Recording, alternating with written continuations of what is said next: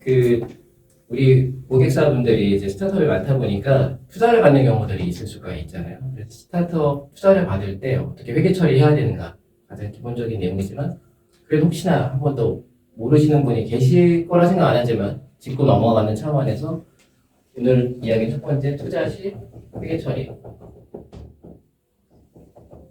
그다음에 두 번째로는 가끔 대표님들이 이제 지분 요번에 얼마로 이렇게 뭐 3억 투자 받는데 지분이 10%가 희석이 되냐, 몇 프로가 희석이 되냐 이런 거 물어보실 수도 있거든요. 지분 희석이라는 게 무슨 말인지 그리고 지분 희석을 어떻게 계산을 하는 것인지에 대해서 조금 이해를 하실 수 있도록 말씀드리려고 하고 세 번째로는 또 투자를 받을 때 요번에 뭐 30억 밸류로 투자를 받는다, 50억 밸류로 투자를 받는다 말씀을 하실 수가 있는데 그때 사실은 그 밸류에 종류가 두 가지가 있어요.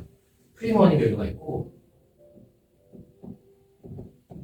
그 다음에 포스트 밸류라고 그냥 줄여서 얘기하거든요. 포스트 밸류, 프리 밸류, 포스트 밸류 이렇게 보통 얘기하는데 이 둘이 어떤 차이가 있는지 좀 아시면 좋을 것 같고 그 다음에 네 번째로는 투자를 받았을 때 어떤 혹시 뭐 신주 매출을 한다, 구조 매출을 한다 이런 얘기들이 종종 있거든요. 이게 무슨 말이고 어떤 차이가 있는지를 이해를 하셔야 아마 대표님들 상담하실 때 좀 편하게 이야기하실 수 있을 것 같아서 이 네 가지를 알고 가는 게 오늘의 주제 목표입니다.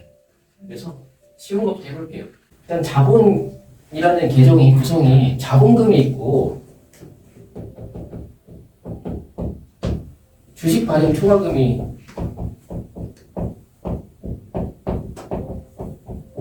이렇게 두 가지 계정 과목이 있거든요. 이건 다 아실 거라 생각을 해요. 그래서 처음에 회사를 만들면 돈을 예를 들어서 어떤 A라는 사람이 회사를 설립을 했어요, 새로. 그래서 100% 주주가 되겠죠. 처음에 그 사람 혼자서 만들었다고 하면은. 주당 액면가가 5,000원이고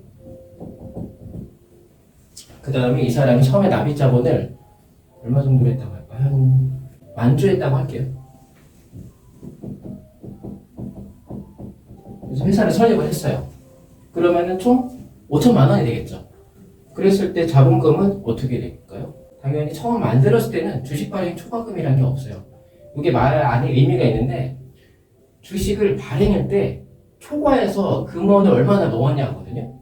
근데 초과라는 거의 기준이 이 액면가를 초과하는 걸 기준을 의미하고 있어요. 그래서 처음에 설립할 때는 우리가 다 액면가를 넣기 때문에 여기에 올 게 없어요. 그래서 이 경우는 총 금액이 5천만 원이 되기 때문에 설립 시점에는 투자 받기 전이죠.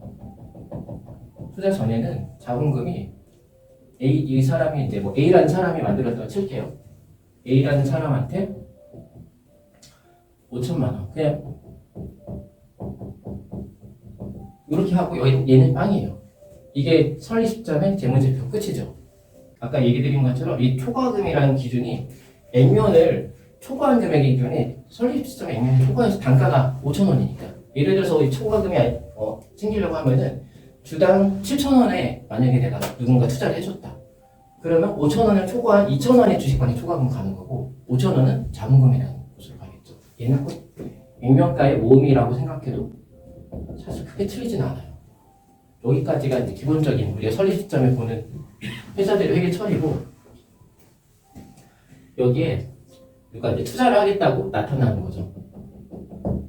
근데 이 회사에 이 사람은 한 주당 5,000원에 투자를 할 수도 있지만은 보통은 그렇게 되면은 싫어하겠죠. 왜냐면 A가 왜냐면 나랑 똑같은 단가를 들어온다고 하면 내 지분이 너무 많이 빠질 거잖아요. 그러니까 이 사람은 한 주당 예를 들어서 한 3만 원에 들어온다고 쳐볼까요? 누군가가 주당 B라는 사람이 3만 원에 1,000주를 투자를 해주겠다고 들어온 거예요. 그러면 이때 들어오는 돈이 3천만 원이 되겠죠. 그러면 지금 현재는 A가 5천만 원이었는데 이때 합치면 주식 자본이라는 계정에는 회사의 자본이라는 계정에 5천만 원이라는 숫자가 떠 있겠죠. 근데 얘가 3만 원에 1,000주를 3천만 원을 써주겠다라고 하면은 기본적으로 좀 이따 얘기를 하기로 하고 그 다음에 투자 후는 어떻게 되냐면 자본금이라는 계정이 A는 5천만 원이 그대로 있을 거잖아요. 얘는 자본금 계정 무조건 단가가 5천 원이야. 5천 원에 아까 전에 만주. 이게 A가 갖고 있는 자본금의 부분인 거죠. 그러면 얘가 5천만 원. 만 원은 생략할게요. 이렇게 될 거고. 그 다음에 B라는 애가 들어왔죠. 얘는 3만 원에 들어간다고 했잖아. 그러면 아까 얘기한 것처럼 주식을 발행을 했는데 초과했죠. 5천 원을. 단가가. 5천 원을 초과한 게 얼마 초과했냐면 5천 원을 빼니까 2만 5천 원 초과했겠죠. 그럼 5천 원에 해당하는 거는 액면에 해당하는 5천 원에 해당하는 것은 B도 자본금을 처리를 해야지. 몇 주가 오냐면은 1000주. 그러면 이 두 개를 곱하면은 500만 원이 될 거예요. 이렇게 될 거고. 그 다음에 주식 발행 초과금의 A 부분은 빵이었는데 당연히 B가 이제 생기겠지. 얼마가 생기냐면은 3만 원이 5천 원을 초과한 건 2만 5천 원 초과했죠. 그러니까 2만 5천 원이 얘는 1000주 들어왔으니까 얼마가 되냐면 곱하기를 하면 2,500만 원이 될 거예요. 이렇게 해서 자본금이 합계가 되는 거는 자본 합계는 이렇게 하면 얘가 5,500이 되죠. 얘는 2,500이 되지. 합치면은 8천만 원이 되겠네요. 그렇죠? 자, 이랬을 때 요 사례를 가지고 이제 그 얘기들을 할 거예요. 이제 회계 처리는 다 당연히 이해하셨을 거라 생각해요. 자본금 액면가만 여기 남겨주고 나머지 다 밑으로 빼주면 돼요. 그러면 여기서 두 번째 얘기하기로 했던 게 뭐냐면은 지분 희석이야. 지분 희석이라는 게 무슨 얘기냐면 A가 대표님 입장이에요. 기존에는 A가 지분 구성은 지분율은 어떤 걸로 계산하는지 다 아시죠? 지분율 계산은 주식 발행 초과금하고는 아무 상관이 없어요. 지분율 계산할 때는 무조건 자본금을 기준으로 계산하는 거예요. 자본금의 비율. 자본금의 단가가 동일하잖아. 근데 A는 만주를 갖고 있고 B는 천주를 갖고 있죠. 지분율 계산 무조건 자본금에 있는 주식 비율로 한다. 이렇게 보시면 돼요. 그러면 A의 주주 명부를 봤을 때 A는 만주라고 나오면서 전체 총 발행 주식수는 11,000주가 되죠. 계산 좀 어려워지겠는데? 잘 보시겠네. 총 이제 11,000주야. 이 회사 주주 명부.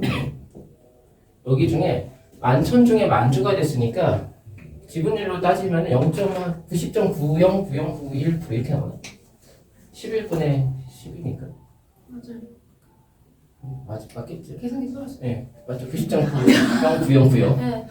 그래서 이 사람은 90.9%의 지분을 갖게 되고, 그럼 나머지가 얘가 가진 거잖아요. 11,000 중에 1000 하면은 9.1% 정도가 되겠네요. 근데 기존에는 투자받기 전에 A는 지분율이 100%였어. 그쵸? 100%였는데 투자를 받고 나니까 100%가 90.9%가 됐으니까 약 9.1% 정도가 사라진 거야. 이거를 얘가 가져갔지. 그래서 100에서 90 빠진 거를 지분이 희석됐다라고 해요. 얘한테 좀 섞였다. 그래서 내가 얘를 소금물의 농도가 100%였는데 물을 섞으면 농도가 희석되잖아. 그런 개념하고 비슷한 용어라고 생각하시면 돼요. 그래서 100% 주주였다가 이 사람이 90%가 됐기 때문에 9%의 지분 희석이 일어났다라고 이렇게 표현을 하는 거예요. 그래서 대표님들이 만약에 이렇게 투자받으면 지분 희석이 얼마나 돼요? 라고 물어보면은 투자받기 전의 구성과 투자받고 난 후의 구성을 그려보고서 지분율의 변동을 계산해보면은 몇 프로 희석됩니다 라고 말씀드릴 수가 있는 거죠. 이게 지분 희석을 계산하는 방법이에요. 근데 하나 팁을 말씀을 드린다면 3천만 원을 받잖아요. 당연한 얘기겠지만 이 자본합계가 여기 5천만 원이었잖아. 5천만 원에다가 3천만 원 현금 들어올 거잖아.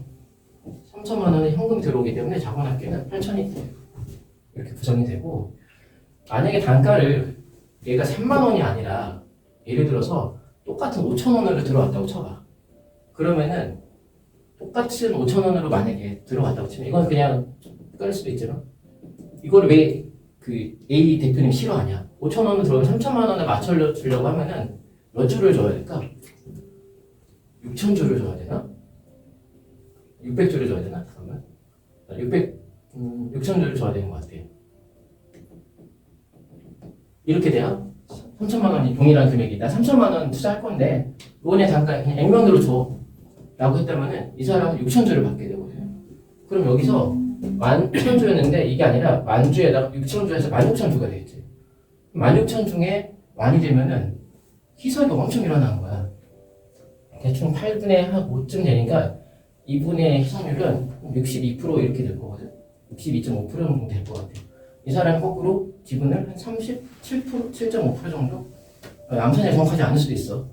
37.5% 정도를 30몇 프로 가져갈 거야. 그러니까 이 단가를 얼마나 하느냐가 사실은 B 입장에서는 지분을 얼마나 확보하느냐고 직결이 되는 거고, B가 지분을 많이 확보할수록 기존 대표 A는 싫겠지. 내가 나눠주는 게 크니까. 그래서 투자 받을 때 제일 중요한 게 이 단가를 결정하는 게 되게 중요해요. 똑같은 3천만 원, 5억, 3억을 투자한다고 했을 때 그래서 얼마에 들어올 거냐 너가. 요거가 되게 중요한데 이게 다시 사실은 어떤 얘기랑 같이 이어지냐면 아까 설명하기로 했던 프리밸류, 포스트밸류 이런 얘기랑 이어져요. 자, 3만 원에 투자를 했다고 했을 때 이 회사의 밸류는 얼마로 본 걸까? 이 투자자 B는 혹시 아시는 분이 계실까요? 그건 몰라도 돼요. AI는 답변은 몰라도 되고 3만 원의 투자를 만약에 B가 한다라고 결정했을 때 이 회사의 가치는 얼마로 B는 본 걸까요? 3만 원 이상. 3만 원, 주당 3만 원이지. 근데 이게 3만 원에다가 주식수를 곱해야 전체 회사의 가치가 나올 거잖아. 그러면 원래 회사 몇 주였지? 만주. 그러면 3억으로 봤다는 얘기네. 이 회사의 가치는 전체 토탈. 이렇게 보면 3억이고 왜냐면 여기서 만주였으니까. 근데 여기서는 주식수가 11,000주였거든. 그러면 주당 3만 원의 단가로 본 건 맞는데 11,000원을 곱해버리면 3.3억이 돼. 그리고 이 회사 B라는 사람은 이 회사를 3억이라고 본 걸까 3.3억이라고 본 걸까 이게 헷갈리는 거죠. 여기다 곱해서 보면은 단가를 3.3억이야. 3억이 있고 3.3억 이거 금액이 지금 얼마 차이 안 나는데 나중에 클 수가 있거든. 그래서 이 회사 B라는 사람은 이 회사의 가치를 3억으로 본 걸까요? 3.3억이라고 본 걸까요? 3억 3천이라고. 3억이라고 본 거라고 생각하는 사람. 3.3억이라고 본 거라고 생각하는 사람. 두 분 다 맞아요. 왜 맞냐면 같은 양립할 수 없는 얘기 같지만 투자 받기 전에 가치를 우리는 프리밸류라고 불러. 투자 받고 난 후에 가치를 포스트밸류라고. 투자라는 거에 프리 앞서는 밸류, 투자라는 거에 포스트 뒤에 밸류. 그래서 프리밸류 3억, 포스트밸류 3.3억 같은 말이야. 근데 이 용어를 내가 잘못 헷갈려서 분명히 대표님이 프리밸류 3억에 받기로 했어 라고 했는데 내가 임의로 포스트밸류 3.3억이라고 생각해서 계산해버리면 단가가 잘못되겠지. 또는 이번에 포스트밸류 3억 3천에 받기로 했어요 했는데 아 그렇구나 3억 3천을 그럼 전에 주식수로 나눠서 보면 이상한 단가 나오겠지. 그래서 투자라는 요 액티비티를 기준으로 활동을 기준으로 프리밸류하고 포스트밸류가 나뉘는 거다. 그리고 투자라는 활동을 통해서 회사의 가치가 증가할 거잖아요. 얼마큼 증가할까요? 들어오는 현금의 가치만큼 증가했겠지. 얼마 준다고 했어? 3천만 원. 그래서 프리밸류와 포스트밸류는 투자금만큼의 차이가 생기는 거예요. 이 정도 알고 있으면은 프리밸류 얼마, 포스트밸류 얼마다라는 말을 이해하실 수 있을 거라고 생각이 들어요. 그러면 이제 한 세 번째까지 왔고 마지막 것만 하면 되거든. 가끔 대표님들이 여기다 쓰자. 구조 매출이라는 말을 쓰실 때도 있고 신주 매출이라는 말을 쓸 때도 있어요. 이 말을 한 번이라도 내가 태어나서 들어본 적이 있다는 사람 손 한번 들어봐주세요. 분명. 나중에 들을 일이 생길 수도 있어. 그러니까 미리 알아두면 도움이 될 거예요. 구주가 신자가 새롭다라는 류잖아, 류. 구는 오래됐다는 얘기잖아, 올드. 무슨 소리냐면 주자는 주식이라는 얘기야. 회사가 주식을 원래 만주 있던 회사인데 천주를 찍어줬잖아. 이 천주는 류 주식이야. 새로 주식을 유상증자라고 하면 우리가 흔히 증자한다라고 했을 때 증자라고 하는 건 새로운 주식을 없던 걸 세상에 없던 주식 새로 찍어서 너 가져가고 주는 거거든. 그게 신주예요. 그럼 구주란 건 뭐냐? 이걸 안 찍어. 천주를 안 찍어. 근데 무슨 구주 매출 투자랑 상관없는 거 얘기 같은데라고 생각할 수도 있겠지만 신주 매출은 지금처럼 회계 처리하면 되거든요. 구조 매출은 뭐냐면 대표님한테 가서 B가 얘기를 해준 거야. 극단적인 예약 없어 잘. B가 A 대표님한테 가서 그 대표님 그 이번에 안들 가시고 계신 것 중에 천주만 저한테 파시죠. 3만 원에. 그러면 그 어쨌든 나는 투자 전에 3천만 원 똑같이 쓰는데 구조 매출이라는 건 기존에 있던 올드 주식이잖아. 대표님 주식 사겠다는 거야. 기존에 이 상태에 있는 주주 구성이 있는 사람들 중에 누군가의 주식을 내가 사겠다는 얘기가 되죠. 예를 들어서 우리 보통 삼성전자 이제 주식 다 한 번씩 거래해봤을 건데 내가 삼성전자 주식을 샀다고 해서 삼성전자 자본금이 늘어나나? 안 늘어나지? 그건 다 구조 매출인 거야. 근데 삼성전자가 유증을 한대, 증자를 한대. 그때 내가 참여를 해. 그건 신주 매출인 거야. 구조 매출과 신주 매출이 개념이 다른데 구조 매출은 새로 주식을 안 찍는 거다. 신주 매출은 새로 증자를 해서 새로운 주식을 발행을 해주는 걸 의미를 해요. 매출은 그냥 갖다 쓰는 말이야. 오래된 주식을 팔았다. 새로운 주식을 팔았다. 그냥 그런 의미에서 구조 매출, 신주 매출이라고 말을 해. 근데 이게 두 개가 달라. 많이 달라. 왜 다르냐면 투자자 입장에서는 구조 매출을 하고 싶을까, 신주 매출을 하고 싶을까? 투자자는? 자, 투자자는 구조 매출을 좋아할 것 같다. 손. 오케이. 투자자는 신주 매출을 좋아할 것 같다. 손. 한 반반 되는 거 같아. 그렇죠? 둘 다 맞는데 투자자는 보통 신주 매출을 좋아해. 왜 그럴까? 일단 구조 매출은 회계 처리가 어떻게 될까? 없어. 내가 삼성전자 주식 샀다고 삼성전자 회계 처리를 해야 되면 삼성전자 폭탄 맞고 마비돼서 아무것도 못해. 구조 매출은 다 회사의 입장에서는 돈이 들어온 게 없어요. 이 돈이 어디로 갔어? 기존의 주주한테 갔기 때문에 회사에 돈이 하나도 안 들어왔어. 그러니까 회계 처리할 게 없는 거야. 근데 왜 이걸 투자자는 싫어할까? 거꾸로 얘기하면 신주 매출은 돈이 회사에 간다는 얘기잖아. 투자자는 내가 돈 써가지고 두 가지 의미가 있는데 신주 매출하면 내가 돈 넣는 것만큼 회사 가치가 올라가. 그러니까 기분 좋을 거 아니야? 그런 것도 있겠지만 사실은 더 큰 이유가 있어요. 뭐냐면 투자자는 투자를 하는 이유가 어디 있을까? 내가 투자할 테니까 그거 가지고 사업 잘해서 회사 더 키우고 매출 키우고 돈 많이 벌어서 나중에 내가 더 비싸게 팔게 해줘 이거잖아. 그러면 내가 3천만 원 쏠 테니까 그걸로 마케팅을 하세요. 그래서 매출을 올리세요. 이런 의미란 말이야. 또는 시설 투자하세요.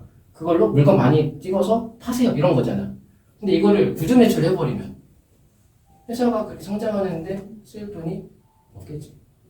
투자자 입장에서는 내가 돈 쏘는 거 통해서 회사가 성장하길 바라죠. 일반적으로. 그러니까 구조 매출보다는 신주 매출해서 밸류업해. 이게 투자의 본래 취지인 거잖아. 그렇죠? 그래서 신주 매출을 일반적으로는 선호해요. 그럼 구조 매출은 필요가 없네. 구조 매출하면 누가 좋을까? 대표님 A가 좋지. 왜냐고? 이만큼 나 현금 챙겼잖아. 팔아서 돈 벌었잖아. 신주 매출하면 대표님 입장에서는 돈 번 게 하나도 없어. 아니 하나도 없는 건 아니지만 돈 번 기분이 내 주머니에 들어오는 현금이 없다고. 양도세도 물론 안 내서 좋을 수도 있겠지만 세금 안 낸다 좋아할 게 아니라 내가 돈 번 게 없는데 직접적으로. 근데 구조 매출을 하면 말하자면 삼성전자를 내가 5만 원에 샀다가 10만 원에 파는 거랑 똑같은 거야. 그래서 내가 돈을 번 거라고. 그러니까 대표님은 개인적으로 돈을 번 거야. 법인은 둘째치고. 그래서 대표님들은 구조 매출을 더 좋아할 요인이 있죠. 항상은 아니지만. 그래서 신주 매출을 하면 회사의 발전에 도움이 되니까 투자자는 신주 매출을 선호하지만 일반적으로 항상 그렇진 않아. 근데 기존 대표님 입장에서는 내가 일부 엑시트를 했다라고 말할 수도 있는 거야. 팔고 좀 나갔다. 한 10% 정도 지분 팔고 나갔다 이렇게 말할 수도 있는 거거든. 만약에 이게 그 구조 매출이었다면. 그래서 기존 대표님은 구조 매출을 선호할 수 있다. 어떤 경우는 섞여 있어. 보통 섞여 있는 경우도 굉장히 많아요. 이 투자라는 건 전부 다 협상이야. 요 3만 원에 할 거냐, 5천 원에 할 거냐, 이것도 사실은 둘이 얘기해서 협상하는 거야. 그래서 이분이 마음에 안 들면 협상이 깨지는 거고, 이분도 마음에 안 들면 협상이 깨지는 거야. 누구도 손해를 보려고 하지 않으니까 적당한 가격에서 협상이 완료될 거라고 봐요. 그래서 그 완료되는 단가가 3만 원이었다 치면 이걸 우리는 사실 공정가치라고 불러. 공정한 가치다 이거야. 얘도 손해 안 받고 얘도 손해 안 받으니까. 근데 공정가치가 아닌 걸로 거래를 하려고 하면 얘가 손해본다 싶으면은 거래 안 한다 하겠지. 너 말고 나 C한테 팔래. 이렇게 할 거 아니야. 얘가 손해보는 것 같다 싶으면은 너네 회사 나 투자 안 할래. 딴 회사 투자할래. 이렇게 된단 말이야. 근데 약간 이게 누가 더 갑이냐 을이냐 일 수도 있고 또는 단가를 누가 더 유리하게 쳐줬을 테니까 그걸 구조 매출을 좀 해줄 거냐 이렇게 얘기할 수도 있는데 현실적으로는 이렇게 되는 경우가 많아요. 이번에 당연히 회사 투자자니까 이렇게 신조 매출을 하려고 해. 근데 대표님이 좀 콧대가 높으신 대표님이야. 투자자들이 사실 줄 섰어. 우리 회사 좋아서 소문나가지고 투자했던 사람 많아. 근데 신조 매출만 하면 내가 좀 재미가 없을 것 같아. 그러니까 너네가 3천만 원 쏘는데 그중에 10%는 구조 매출로 하자. 받을래 말래? 안 받아? 그러면 나 너랑 거래 안 해. 잃어버리면 답이 없으니까 그럼 오케이 그럼 할게요. 라고 하면서 예를 들어서 지금 요번 같은 경우는 3만 원에 1000주를 하는데 1000주 중에 20%다. 20%는 200주가 되지. 200주는 구조 매출로 하고 800주는 신주 매출로 해서 이렇게 협상의 하나의 카드가 되는 거예요. 이걸 적당히 맞춰주는 거에 따라서 가격이 3만 원이 될 수도 있고 2만 5천 원 될 수도 있고 3만 3천 원 될 수도 있어. 근데 여기서 하나 또 조심해야 되는 게 이렇게 거래를 하실 때가 많아. 구조 매출과 신주 매출 섞을 때도 많이 있는데 문제는 뭐냐면 구조 매출과 신주 매출 객단가 좀 다르게 할 때가 많아. 예를 들어서 지금 3만 원을 보기로 했어 주당. 신주 매출 3만 원 하기로 했어요. 구조 매출은 좀 싸게 하시죠. 3만 원은 좀 그렇고 내가 회사에 들어가서 돈 쓰는 건데 사실 대표님 좋으라고 돈 쓰는 건 아니잖아. 근데 그 취지에 어긋나니까 근데 또 이렇게 하면은 너무 이렇게 좀 우리 서로 좀 균형점을 찾아서 한 10% 디스카운트 해서 대표님 건 27,000원에 사줄게요. 할 수도 있는 거야. 그러면 투자자 입장에서는 어떤 이득이 생기냐면은 구조 매출을 하기로 했어. 지금 저 800주 했어. 얘는 그냥 3만 원 단가로 내가 취득을 했지. 근데 얘는 어떻게 하다 보니까 그럼 27,000원 단가로 취득하기로 했네. 그럼 나중에 이거 회사 잘 돼서 10만 원에 팔 때 얘가 그만큼 마진이 더 크겠지. 이렇게 되면은 투자자도 납부해야 되지. 투자자 입장에서도 내가 조금 더 싸게 살 수 있잖아. 그런 정도의 인센티브를 주시면 제가 구조 매출 좀 섞어드릴게요 라고 할 수 있는 거야. 이게 다 협상의 여지이기 때문에 항상 그렇지는 않은지 여러 가지 케이스를 말씀을 드리는 거고 그래서 구조 매출과 신조 매출을 섞을 수 있다. 그래서 구조 매출은 돈이 회사에 안 가기 때문에 사실은 회사 입장에서의 투자자 입장에서 돈이 되는 건 없지만 싸게 사는 맛에 할 수도 있다. 이런 것이 조금 현실 세계에서 일어나는 투자에 대한 이야기고 이 정도 사실 좀 설명을 드리려고 했어요. 그래서 좀 정리를 하면 오늘 뭐 많이 얘기하려고 했던 건 아니고 회계 처리 어떻게 하냐 기본적으로 자본금이랑 주식발행 초과금에 대해서 이해 다 했을 거야. 100명도 넘어가면 주발초로 간다. 그 다음에 지분 희석된다는 게 뭔 말이냐. 소금물 농도 물 타면 희석되는 거랑 똑같다. 100% 짠물이었다가 90%로 떨어지듯이 농도가 A 대표님 입장에서 100%였다가 내 지분율이 몇 프로 떨어지는지는 계산해보면 투자 전후에 그 지분율 차이가 희석된 지분이다. 이렇게 보면 되시고 프리밸류, 포스트밸류는 설명을 했죠. 근데 만약에 구조 매출이랑 프리밸류, 포스트밸류가 아예 똑같겠지. 들어온 현금이 제로니까 회사 입장에서 회계 처리도 없어. 그런데 어쨌든 간에 프리와 포스트 차이는 회사로 들어오는 현금만큼 투자되는 현금만큼 가치가 올라간다. 전 기준이냐 후 기준이냐 투자 전 후의 의미다. 마지막으로 구조 매출과 신조 매출에 대해서 조금 차이점이란 어떤 현실 세계에서 어떻게 많이 협상이 이루어지는지 간략하게 설명을 들어서 이 정도 아시면 웬만한 투자에 어쩌고저쩌고 이야기를 할 때 크게 어려움 없이 같이 맞춰서 응대를 답변을 드릴 수 있을 거라 생각이 듭니다. 혹시 좀 이해 안 되거나 궁금한 거나 질문 있으시면 질문하시면 네. 제가 좀 네. 일단은 왜 전환우선주를 행사를 했을 때 회계처리가 궁금하고 왜 이제 투자자는 왜 스톡옵션 요구를 안 하고 항상 전환우선주를 요구를 하는지 이제 그것도 궁금하고 이제 경영권 방어 투자자한테 안 흔들릴 정도의 경영권 방어를 하려면 어느 정도의 지분 목표가 유지를 하는 게 좋은지 전환선두는 다음 시간에 스톡옵션도 다음 시간에 그 다음에 보통 희석을 얼마나 시키냐 이거는 간략하게 보면 말씀드린 답이 있지는 않아요. 근데 50%가 넘어가야 회사 컨트롤 하지. 혹시 그런 얘기 들어본 적 있어요? 시리즈 A, 시리즈 B, 엔젤 투자 아니면 이런 용어들 혹시 들어본 적 있어요? 몇 번째 투자를 받느냐에 대한 거야. 또는 몇 번째 투자 라운드라고 해. 그래서 첫 번째 투자 라운드다, 두 번째 투자 라운드다. 라운드라는 말은 그냥 투자 협상을 하기 위해 그냥 원 테이블에 모여가지고 얘기했다 이런 의미야. 그냥 그렇게 생각해도 돼요. 그냥 투자를 했다. 라운드라는 표현을 쓰기도 한다. 그래서 투자를 받으면 받을수록 두 번째 투자 받고 세 번째 라운드 돌고 네 번째 라운드 돌수록 원래 오너의 지분은 계속 희석돼서 떨어지겠죠. 그래서 초기 투자일 때는 오너의 지분율이 상당히 높을 거라 기대를 하고 시리즈 A, B, C, D로 갈수록 투자자의 관점에서 봤을 때 오너의 지분이 떨어지는 게 당연하다라고 생각을 해요. 근데 처음부터 이 시리즈 A 받고 이러는데 투자자 입장에서 봤을 때 오너 지분이 한 60%밖에 안 돼. 이러면 투자하고 싶을까 안 하고 싶을까? 안 하고 싶지. 왜냐면 내가 들어간 순간 얘가 50%다 매달리겠네. 그러면 사실은 애매하잖아. 얘가 정말 사업을 잘 해서 끝까지 가져갈 건지. 그러니까 투자 전에 지분, 오너 지분이 높은 거를 투자자들은 일반적으로 선호해요. 그게 떨어져 있으면 괜찮을까? 책임 경영에 대한 의구심을 가질 수 있기 때문에 그래서 이 희석이 얼마나 되냐는 투자를 지금 몇 번째 받고 있는 라운드냐에 따라 좀 달라. 초기 투자면은 한 80% 이상? 80% 이상 갖고 있어야 되고 처음에 투자하면 거의 100%겠지. 공동 투자자가 50%씩 나눠서 갖고 있다. 별로 안 좋아해. 잘 됐을 텐데 동업은 깨질 수도 있잖아.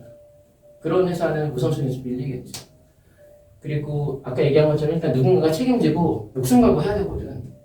그걸 선호한다고 투자자는. 그러려고 하면은 초기에 지분을 대부분 그 어떤 한 사람이 넣어서 그거 망하면 다 날린 거잖아. 이거를 조금 더 안전하다라고 느낄 수 있겠지, 심적으로. 그래서 답이 정해져 있는 건 아닌데 투자의 앞단에 있는 단계일수록 당연히 대표이사가 오너의 지분이 상당히 높기를 기대하고 뒤로 갈수록 조금 희석되는 거는 이해를 한다. 근데 웬만해서는 그래도 50% 이상은 유지되기를 바라는 것이 일반적이다 라고 설명을 드릴 수 있을 것 같아요. 제가 많이 간 거는 시리즈 A, 뭐 시리즈 B, C, D 뒤로 가는 기가 사실 어렵거든요. 왜냐면 뒤로 갈 때마다 밸류가 이만큼씩 커져 보통은. 근데 지금 저희 고객사 중에 제일 크게 된 데는 그 혹시 배달의 민족 다 아시죠? 무한 형제들 그쪽 그 평가랑 자문을 우리 법인에서 굉장히 제가 이제 오래전부터 해왔는데 거기를 제일 많이 봤어요. 시리즈 A, B, C, D. 근데 거기는 단위가 조 단위가 넘어가는 회사니까 계속해서 투자를 받아가지고 키운 거죠. 혹시 뭐 또 더 오늘 이야기한 거 관련해서 궁금하신 거 질문 있으신가요? 오늘 여기까지 일단 말씀드리도록 할게요.